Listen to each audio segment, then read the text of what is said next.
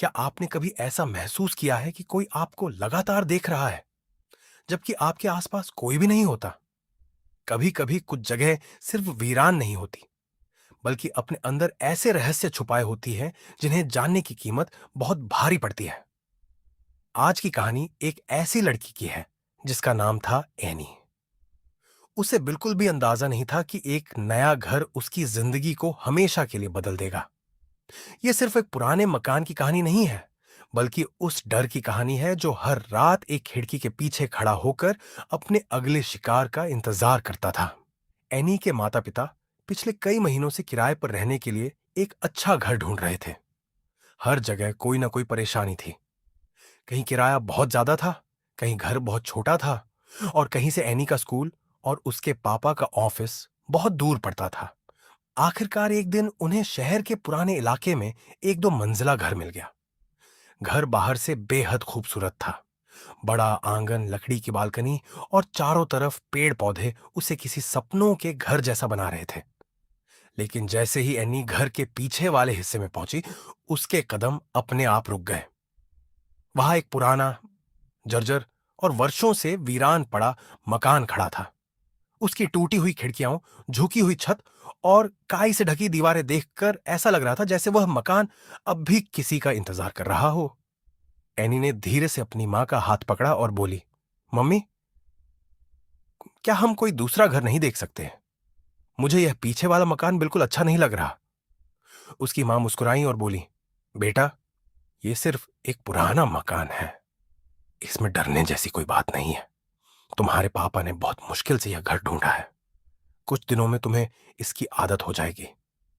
Any चुप हो गई, लेकिन उसके मन का डर कम नहीं हुआ। उसे बार बार ऐसा लग रहा था कि उस वीरान मकान की किसी टूटी हुई खिड़की से कोई उसे देख रहा है। 2 दिन बाद पूरा परिवार नए घर में रहने आ गया। जैसा एनी को डर था, उसे पीछे वाला कमरा मिला, जिसकी खिड़की सीधे उसी वीरान मकान की तरफ खुलती थी।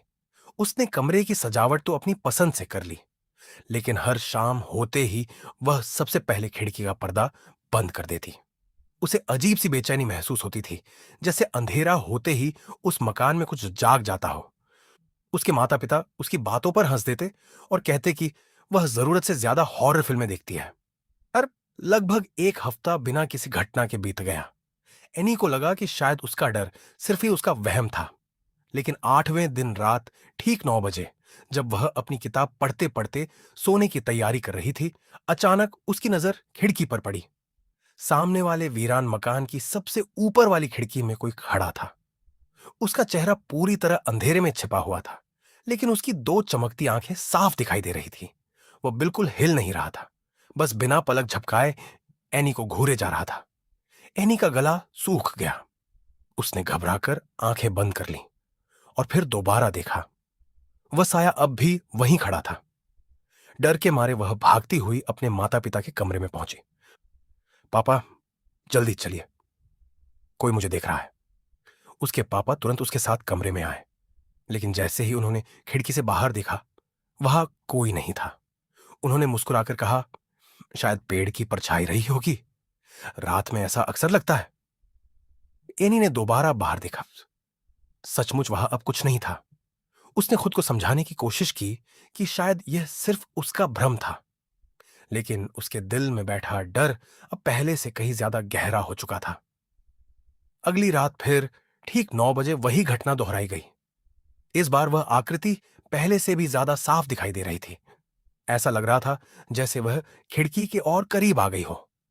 एनी ने हिम्मत करके मोबाइल से उसकी तस्वीर खींचने की कोशिश की, लेकिन जैसे ही उसने कैमरा ऑन किया, स्क्रीन पूरी तरह काली हो गई।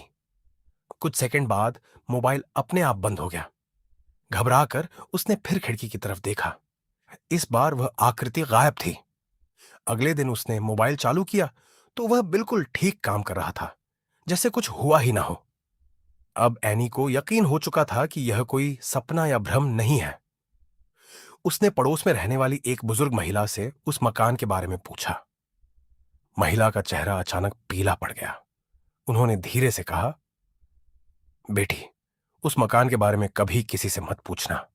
लोग कहते हैं कि जो भी उस ऊपर वाली खिड़की में किसी को देख लेता है, उसकी जिंदगी पहले जैसी नहीं रहती। एनी ने हैरानी से पूछा, लेकिन वहां रहता कौन है? महिला ने गहरी सांस ली और बोली, 20 साल पहले वहां एक परिवार रहता था। उनकी छोटी बेटी एक रात रहस्यमय तरीके से गायब हो गई। कई दिनों तक उसकी तलाश हुई, लेकिन उसका कोई पता नहीं चला।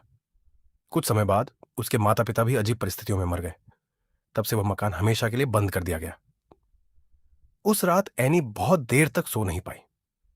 रात के करीब 2 बजे उसे ऐसा लगा जैसे किसी ने उसकी खिड़की पर धीरे धीरे दस्तक दी हो। टक टक टक।